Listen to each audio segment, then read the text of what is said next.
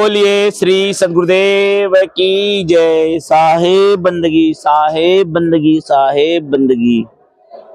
ध्यान मूलम गुरोर्मूर्ति, पूजा मूलम गुरो पदम, मंत्र मूलम गुरोर्वाक्यम, मोक्ष मूलम गुरो कृपा। साहिब सत्य कबीर गुरु, ज्ञानिन में सिरताज, काशीदास बंदत चरण, ज्ञान पुष्टि के काज। सदगुरु श्री कबीर साहिब जी का मौलिक ग्रंथ बीजक।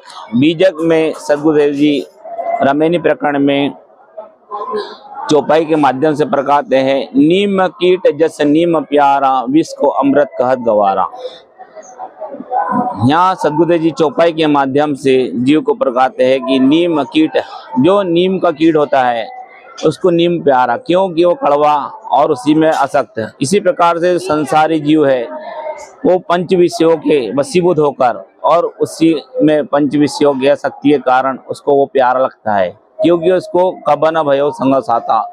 नीम कीट जैसे नीम प्यारा, विष को अमृत कहता, और वो विष है, विष के समान संसार उसी में विरक्त रहता है और उसी में उसको अच्छा लगता है और उसी गंदगी में उसको अच्छा लगता है, क्योंकि उसको सच्चे पार के संत नहीं मिले कि भाई परखाने वाले नहीं मिले। तेरा स्वरूप क्या है, तू कौन है, कहाँ से आया है और तेरा कल्याण कैसे होगा। नीम कीट जैसे नीम प्यारा, विष को अमृत कहत गवारा। इसमें मायावी ग्रह लोग और पंडित पुजारी, स्त्री विषय वासना, भ्रम भूल कल्पना, इसी में लोग आसक्त रहते हैं और ये मायावी ग्रह लोगों के भ्रम जाल में फंसकर भ्रम भूल कल्पना, विषय वासना, आत्म परमात्म, ब्रह्म ईश्वर खुदा गॉड, इसी को सत्य मानकर अपने चेतन स्वरूप को भूलकर उसी में आसक्त रहते हैं। जिस प्रकार नीम का कीट नीम में पेड़ में आसक्त होता है और इसी प्रकार से मायावी ग्रह लोग अपने चेतन स्वरूप को भूलकर उस ब्रह्म आत्म परमात्म ईश्वर खुदा गॉड के प्राप्ति में अपना जीवन कल्याण का मार्ग छोड़कर उसी की आसक्ति में लगे रहते हैं।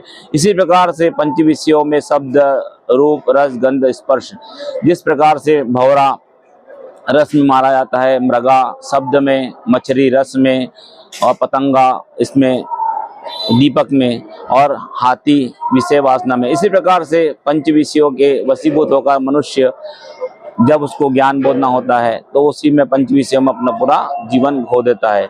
जब तक कि आपको पार के संत जन का संग नहीं मिलेगा, सत्संग नहीं मिलेगा, भजन नहीं मिलेगा, आपका मन निर्मल सरल ज्ञान वैराग नहीं आएगा, जब तक कि आपका कल्याण नहीं होगा। यहाँ पार के संतों के शरण में रहकर आप उनकी सेवा करो, जब भी आपका मन निर्मल होगा। नहीं तो भ्रम भूल कल्पना, विषय वासना, सबसे बड़ी चीज है अहंकार। अहंकार के वशीभूतों का मनुष्य ना सेवा कर पाता है, संतों के पास तो जाता है बाकी सेवा नहीं कर पाता, क्योंकि उससे अहंकार होता है, धन का, पद का, पैसों का, नाना प्रकार के अहंकार उसके अंदर विद्यमान होता है। संतों के पास बराबर बंदगी नहीं करना, सत्संग नहीं सुनना, सत्संग सुनता है बाकी अंतर्गण में उतार नहीं पाता। क्यों कारण है उसका, क्योंकि उसके अंदर अहंकार होता है, ना दया, क्षमा, संतोष, अष्टमा सर्गों को धारण नहीं करता है। ब्रह्मभूल कल्पना में, विषय वासना में, इच्छा वासना चाहना में, नाना प्रकार के व्यसनों में पड़ा रहता है, क्योंकि उसे पार के संत नहीं मिले, निर्मलता सरलता नहीं आई। यहाँ अपने आप को जानो, अष्टमा सद्गुणों को धारण करो, सत्य, शील, विचार, धैर्य, विवेक, गुरु भक्ति, त्याग, वैराग अपने हृदय में उतारो, जब ये तुम्हें कल्याण होगा। और 10 दोष और त्याग करो, तन मन वचन के जो 10 दोष है, गाली, निंदा, झूठ, चोरी, हिंसा, विचार और नाना प्रकार के जो 10 दोष है उसका त्याग करो, जब भी तुम्हें सुख शांति मिलेगी।